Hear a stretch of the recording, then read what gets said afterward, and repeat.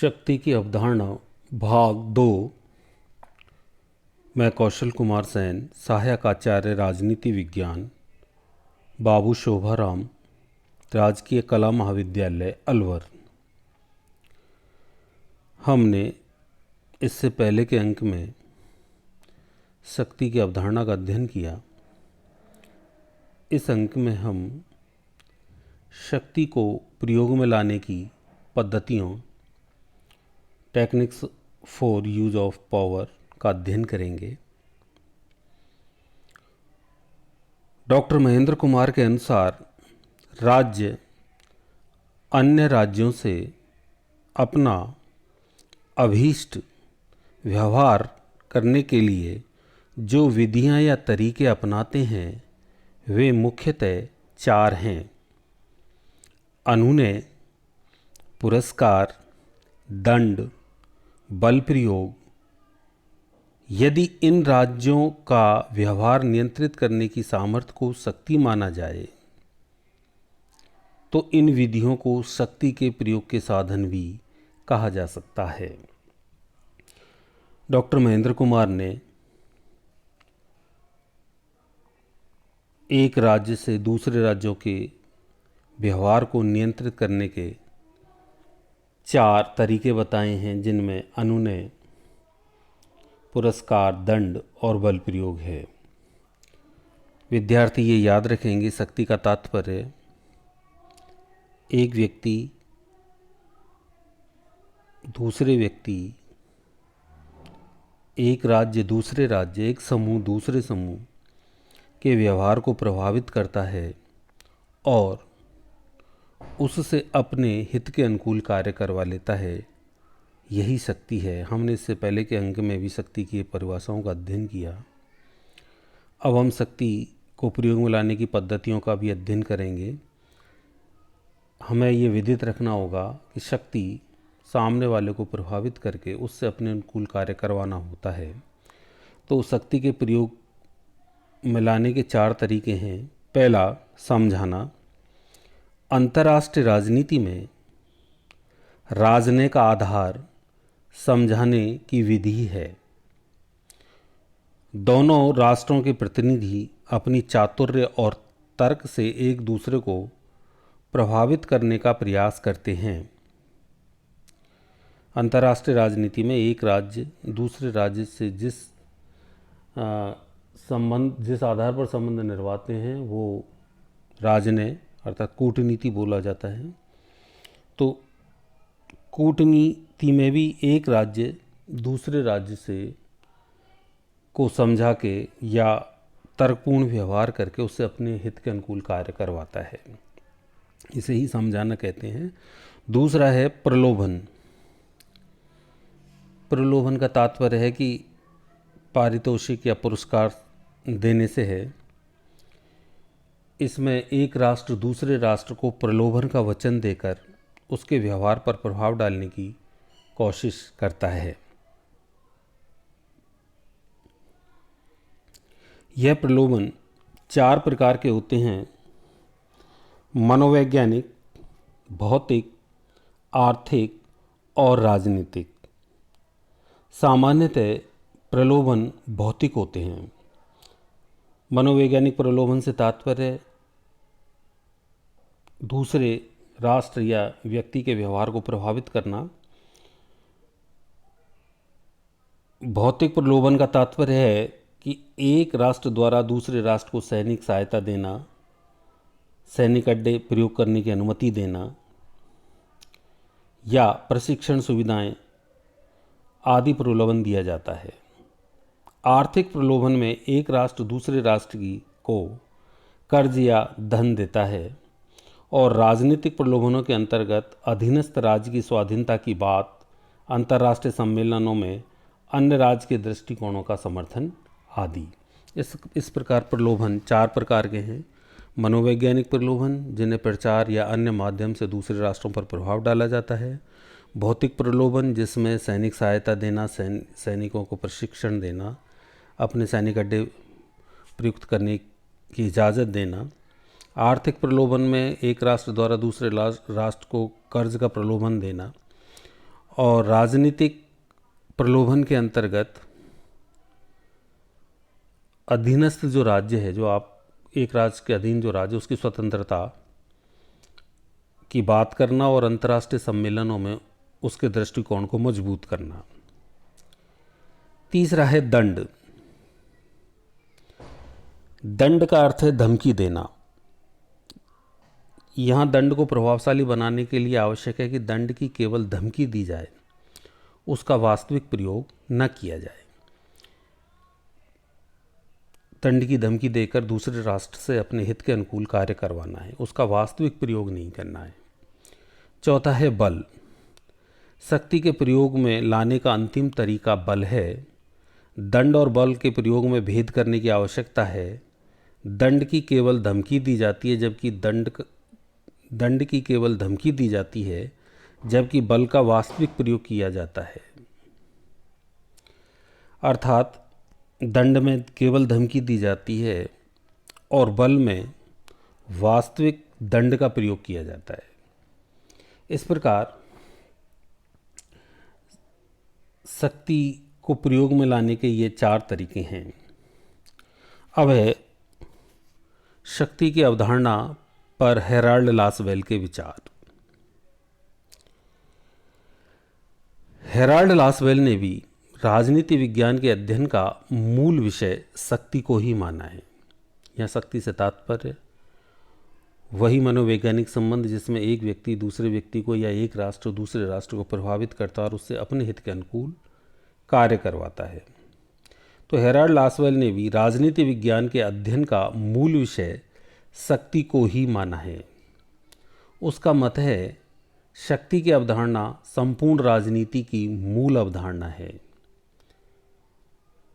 तात्पर्य यह है कि हेराल्ड लासवेल राजनीति विज्ञान को शक्ति का विज्ञान मानते हैं और शक्ति से तात्पर्य जहाँ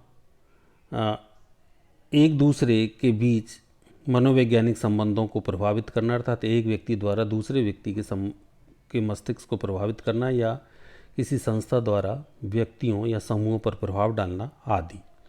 तो हेराल्ड लासवेल शक्ति की अवधारणा संपूर्ण राजनीति की मूल अवधारणा है। राजनीतिक प्रक्रिया का अर्थ है शक्ति को आकार देना, शक्ति का वितरण करना तथा शक्ति का उपभोग करना। देखिए, हेराल्ड लासवेल ने अपनी पुस्तक who gets what when how, कौन क्या कब कैसे प्राप्त करता है, में शक्ति के बारे में लिखा है। उन्होंने कहा कि शक्ति की अवधारणा संपूर्ण राजनीति की मूल अवधारणा है। राजनीतिक प्रक्रिया का अर्थ पॉलिटिकल प्रोसेस जो किसी राज्य में या संस्थाओं में अपनाई जाती है, उसका अर्थ है शक्ति को आकार देना। शक्ति को आकार देना का मतलब है कि उसके द्वारा पद निर्मित करना, शक्ति का वितरण करना, संस्थाओं में या व्यक्तियों में शक्ति को विभाजित करना तथा शक्ति का उपयोग करना और शक्ति को प्रयोग में लाना। उन्होंने अपनी पुस्तक who gets what when how में राजनीति विज्ञान में शक्ति के संघर्ष को महत्वपूर्ण माना है। वहाँ उसने इसके बाद की कृति शक्ति और समाज, पावर एंड सोसाइटी में शक्ति के साथ ही मूल्य के अध्ययन को भी महत्वपूर्ण माना है। उसका मत है कि शक्ति एवं मूल्य एक दूसरे पर निर्भर हैं और वे एक दूसरे को प्रभावित करते हैं। शक्ति मूल्यों के वितरण को प्रभावित करती है और मूल्य शक्ति के प्रयोग एवं वितरण को प्रभावित करते हैं। लासवेल का निष्कर्ष है कि शक्ति का अर्थ अन्य की नीतियों एवं व्यवहार पर प्रभावशाली नियंत्रण रखना है, किंतु यह जरूरी नहीं है कि नियंत्रण के लिए सदैव ही कठोर एवं भौतिक साधन अपनाए जाएं। नियंत्रण का यह कार्य निष्ठा, विश्वास आदि मूल्यात्मक धारणाओं की मदद से भी किया जा सकता है। इस विवरण से विदित होता है कि हेराल्ड लासवेल राजनीति विज्ञान को शक्ति का विज्ञान मानते हैं और वो शक्ति व मूल्य में घनिष्ठ संबंध मानते हैं। कहते हैं कि शक्ति मूल्यों के वितरण को प्रभावित करती है और मूल्य शक्ति के वितरण को प्रभावित करते हैं। लासवेल ये बताने का प्रयास कर रहे हैं कि राजनीति में सभी राजनीति सत्ता के लिए संघर्ष है या शक्ति के लिए संघर्ष है। यह प्रत्येक व्यक्ति शक्ति प्राप्त करना चाहता है, लेकिन उन्होंने शक्ति को और मूल्य को जोड़ा है। उन्होंने कि शक्ति वितरण में कभी कभी कठोर और भौतिक साधन अपनाए जा सकते हैं, किंतु शक्ति का वितरण मूल्यों पर आधारित होता है, जिसमें निष्ठा और विश्वास जैसे मूल्यों के आधार पर उनका वितरण किया जाता है। इसी आधार पर वो आगे कहते हैं कि हेराल्ड लासवेल के अनुसार राजनीति विज्ञान प्रभाव और प्रभावी का अध्ययन है, अर्थात समाज में प्रभाव और प्रभावी पाए जाते हैं। अर्थात एक व्यक्ति दूसरे व्यक्ति को प्रभावित करता है, जो व्यक्ति दूसरे व्यक्ति को प्रभावित कर रहा है वह है प्रभाव, और जो व्यक्ति प्रभावित हो रहा है वह है प्रभावी।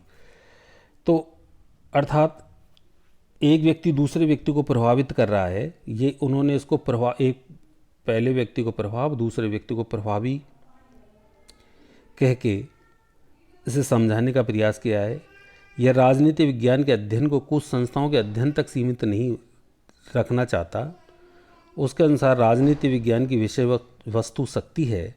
शक्ति इन औपचारिक संस्थाओं तक सीमित न होकर हर जगह विद्यमान है। प्रभाव और प्रभावी समाज में हर जगह पाए जाते हैं। शक्ति दूसरों पर अपने मूल्यों को लागू करने की क्षमता है। इस प्रकार लासवेल के अनुसार शक्ति राजनीति का मुख्य सार है। देखिए, हेराल्ड लासवेल शक्ति को प्रभाव और प्रभावी के माध्यम से समझाने का प्रयास करते हैं। हमने इससे ऊपर विवरण में पढ़ा था, शक्ति और मूल्य एक दूसरे से घनिष्ठ रूप से संबंधित हैं। तो ये उन्होंने समाज में प्रभाव और प्रभावी के बारे में बताया कि समाज में या राज्य में हर जगह प्रभाव और प्रभावी पाए जाते हैं, अर्थात एक व्यक्ति दूसरे व्यक्ति को प्रभावित करता है, दूसरा व्यक्ति पहले व्यक्ति के हित के अनुकूल कार्य करता है, दूसरा व्यक्ति अन्य व्यक्ति को प्रभावित करता है। तो जब दूसरा व्यक्ति अन्य व्यक्ति को प्रभावित करता है तो वह प्रभाव बनता है और दूसरा व्यक्ति प्रभावी हो जाता है। इसी प्रकार ये एक श्रृंखला पूरे राज्य में पाई जाती है कि एक व्यक्ति कभी प्रभाव होता है तो कभी प्रभावी होता है। तो कहने का मतलब एक व्यक्ति दूसरे व्यक्ति से अपने हित के अनुकूल कार्य करवाता है। तो इस प्रकार पूरे समाज में प्रभाव और प्रभावी पाए जाते हैं। और उन्होंने लासवेल ने शक्ति को कुछ संस्थाओं तक ही सीमित नहीं रखा है। उन्होंने कहा कि शक्ति इन औपचारिक संस्थाओं तक ही सीमित न होकर सब जगह विद्यमान है, क्योंकि शक्ति संस्थाओं से हटके समाज में मतलब हर जगह विद्यमान है। प्रभाव और प्रभावी समाज में हर जगह पाए जाते हैं, जो एक दूसरे को प्रभावित करते हैं। और शक्ति दूसरों पर अपने मूल्य और विश्वास, निष्ठा लागू करने की क्षमता, अर्थात एक व्यक्ति दूसरे व्यक्ति को अपने मूल्यों से प्रभावित करता है। इस प्रकार लासवेल के अनुसार शक्ति राजनीति का मुख्य सार है।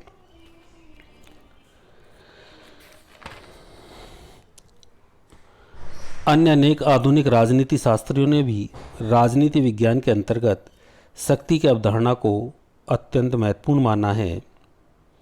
जैसे मैरॉन व बैनफील्ड का कथन है कि किसी समस्या को संघर्षपूर्ण बनाने वाली अथवा उसका समाधान खोजने वाली सभी गतिविधियां राजनीति हैं। इसी प्रकार स्टीवेंसन का मत है, राजनीति विज्ञान प्रमुख रूप से शक्ति संबंधों का अध्ययन है। इन शक्ति संबंधों के प्रमुख रूप हैं व्यक्तियों में परस्पर शक्ति संबंध, व्यक्ति व राज्य के बीच शक्ति संबंध और राज्यों में आपस में शक्ति संबंध। वस्तुतः आधुनिक राजनीति विज्ञान में शक्ति का अर्थ है एक पक्ष द्वारा दूसरे पक्ष के व्यवहार को नियंत्रित करने की क्षमता। इस रूप में राजनीति में शक्ति किन्हीं दो पक्षों के बीच के शक्ति संबंध को स्पष्ट करती है। अतः रॉबर्ट ए डहल का मत है कि शक्ति एक संबंध होती है राजनीतिक शक्ति पर मार्गेंथाउ के विचार। मार्गेंथाउ कहते हैं कि जब हम शक्ति की चर्चा करते हैं तो हमारा तात्पर्य उस शक्ति से होता है जो मनुष्य अन्य मनुष्य के मस्तिष्क एवं कार्यों पर प्रयोग करता है। राजनीतिक शक्ति से हमारा तात्पर्य उन शक्तिधारियों के आपसी संबंधों में उनके तथा सामान्य जनता के संबंधों से होता है। मार्गेंथाउ ने शक्ति की परिभाषा में बताया है कि शक्ति एक मनुष्य द्वारा दूसरे मनुष्य के मस्तिष्क को प्रभावित कर अपने अनुकूल कार्य करवाने की योग्यता है। और उन्होंने राजनीतिक शक्ति के बारे में कहा कि राजनीतिक शक्ति से तात्पर्य उन शक्तिधारियों के आपसी संबंधों में, अर्थात जो शक्ति को धारण करता है उनके आपसी संबंध और उनके और सामान्य जनता के बीच के संबंध शक्ति संबंध हैं। आगे राजनीतिक शक्ति के संबंध में 3 बातें कही जा सकती हैं। पहला, राजनीतिक शक्ति के धारण करने वालों में उच्च अधीनस्थ संबंध पाया जाता है। जो व्यक्ति राजनीतिक शक्ति धारण करते हैं उनमें उच्च अधीनस्थ का संबंध पाया जाता है, अर्थात उनके बीच शक्ति उच्च अधीनस्थ जिसे सत्ता में देखा जा सकता है। राजनीतिक शक्ति से तात्पर्य सत्ता ही होता है जिसमें उच्च और अधीनस्थ संबंध पाए जाते हैं। दूसरा, राजनीतिक शक्ति का प्रयोग अंतोगत अथवा सामान्य जनता पर होता है।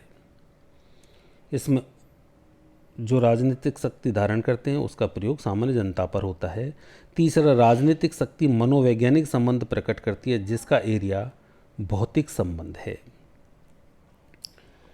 शेष अगले अंक में। धन्यवाद।